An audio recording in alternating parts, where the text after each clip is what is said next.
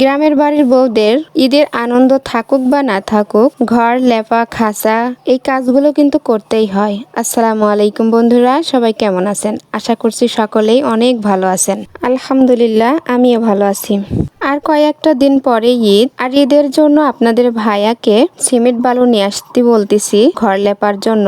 আর এমনি তো আমাদের গ্রামের মানুষেরা গোবর মাটি দিয়ে ঘরটা লেপে, তবে আমি ঘরটা সিমেন্ট বালু দিয়ে লেপি, কারণ যে ঘরে নামাজ পড়া হয় সেই ঘরে গোবর মাটি দিয়ে লেপলে নাকি নামাজ হয় না। আর এই কারণেই আমি সিমেন্ট দিয়ে ঘরটা লেপি। ঈদ মানেই আনন্দ, আর আনন্দ মানেই খুশি। গ্রামের বাড়ির বউদের ঈদের আনন্দ থাকুক বা না থাকুক, ঘর বাড়ি লেপা খাসা এই কাজগুলো কিন্তু করতেই হয়। আপনাদের ভাইয়াকে সিমেন্ট বালু নিয়ে আসতে বলেছিলাম, তো সিমেন্ট বালু আমাকে নিয়ে এসে দিয়েছে, আর সেটা দিয়ে আমি কিন্তু ঘরটা লেপেছি।